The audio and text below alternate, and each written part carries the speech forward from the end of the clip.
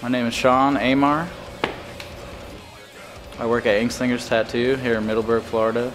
I've been tattooing for about 13 years now. I do pretty much every style. I like to do biomechanical, organic, portraits, traditional tattoos, freehand, you name it. I love it all. My first tattoo was this tribal sun thing on my elbow right here. I'm not too happy with it, but I got it when I was really young, but I don't really like to cover up tattoos. So when I was in junior high and high school, I used to come home all the time with Sharpie markers all over my body. So I don't know, I felt like getting a tattoo, and my dad kind of, pushed me into learn how to do art and all that stuff because he's really big on art, and it just helped me out and inspired me to do it. Usually a tattoo takes about anywhere between an hour to 5 hours. It depends on how big the tattoo is, where it's going to be at, what style. Could be a portrait, organic, traditional. They all take, sometimes they'll take more than others. Like I can do some letters and it'll take 30 minutes, 45 minutes, or you can do like a big portrait or a big tattoo and it'll take a really long time.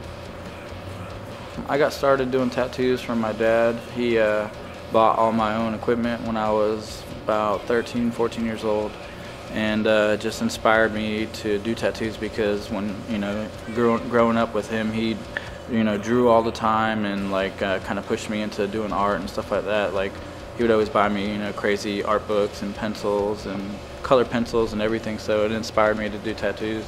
He helped me out and bought me all my own equipment and stuff too. So if somebody wants to be a tattoo artist, I usually recommend them to look into a tattoo shop and do some research on a tattoo shop and the artists that work there. And the best way to become a tattoo artist and learn how to do tattoos is to get an apprenticeship. An apprenticeship usually takes anywhere between 2 years to 4 years, depending on the attitude of the person, what their inspiration is in art and stuff like that. It takes a lot. Like apprenticeship, when you first start an apprenticeship, it's a lot of little BS, working around the shop, sweeping, mopping, learning about the sterile setup, the bio, everything to do all the tattoos properly. You have to build the machines, tear them down, do your setups, make sure they're all sterile with your gloves, and just a lot of things. Sometimes it could help to do and watch some stuff on like the computer to kind of get a feel of everything, to way everything's done. Like we have to take classes and stuff too, like our bloodborne pathogens, our proper sterile setups with our gloves, and you have to take them off a certain way and put them on a certain way, and there's a lot of stuff, man. When I have an apprentice, I usually recommend them to get fake skin. You can buy fake skin off of tattoo websites like Kingpin, Cam Tattoo Supply, or some local tattoo supply companies. And there's even ways where you can go and practice on like oranges and fruits and stuff like that have like a hard base skin. The longest session that I have ever done personally was 18 hours on one person. Between drawing and tattooing is way different. Tattooing, you have a machine. Machine has weight to it. They can vary in size and different weights and stuff like that. Like again with the apprenticeship thing, I like to take my apprentices, to where they'll take a machine and attach it to a pencil. You can screw it onto the top of the pencil. That way it can give you the weight of what it would really feel like to do a tattoo. Drawing with pencils is, shade techniques and learning the different angles of your pencil and stuff like that. But when you get to tattooing, it's a lot different because of the weight of the machine. A lot of people get scared of it because of the weight and the vibration. It makes them shake when they first start. You can pick up a pencil and it's smooth, easy breezy. You have to do a lot of practice and stuff, but they're a lot different between tattooing and actual drawing. Owning my own shop and difficulties with getting clients is keeping your work up to date. You know, make sure you're an easygoing person, make sure that you keep the customers really happy and comfortable. A tattoo artist that is just going to sit around and not talk to somebody and, you know, be rude, be on your phone, do this, do that, up and down, in and out, all the time smoking or whatever they do, it's not going to make the person comfortable. You need to sit there and do a tattoo and make the customer as comfortable as they can and make them happy. Because not only are you putting a piece of art on their body that's going to be there forever, they also like a good experience with you that's going to make them want to come back and back and back and back. You know what I'm saying? And come back again. And you just got to make them really comfortable. I've only worked at 2 tattoo shops. I first started out right here in Middleburg on 218 at Fantasy Tattoos. That's where I got an apprenticeship from. I got an apprenticeship from a Cambodian guy named Cody. He taught me for about 3 years, and then I branched off on my own.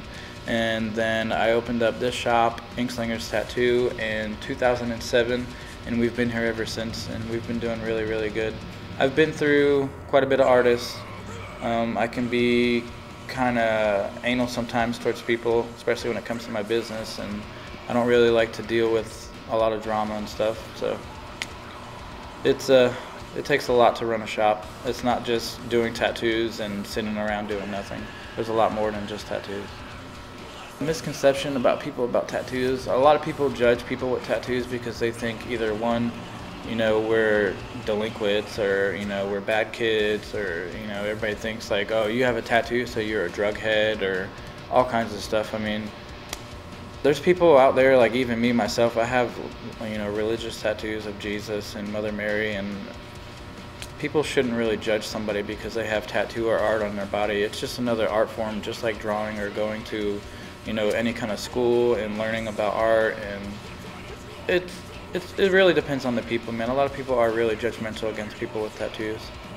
When I do line work, I like to have a lighter machine. And then when I do shading, I like it to be a little bit heavier.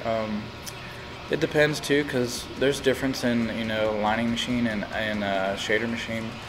With your liner machine, you know what I'm saying, you can use anywhere between a 1 liner to a 14 round liner. Shading is a bigger branch, you know what I'm saying. My average shader that I usually use pretty much for everything is a 13 mag or a 15 mag. We have smaller ones too, like 7s and 5s and 9s and stuff. It really depends. The biggest thing about the weight for the machines is the person who's tattooing, because they have to be comfortable with their hands. It does get heavy after a few hours. Your wrist does hurt. I mean, I've been doing it for so long, you just get so used to it, and I have carpal tunnel in my hands and everything, so it's really a personal preference. I plan on learning every day to, you know, make myself better and better. I would like to travel a lot and go like overseas and to different countries and anywhere really. I would like to branch off and kind of get away from out here. I've been out here for so long, and I would just like to meet new and bigger artists and succeed more in life with myself.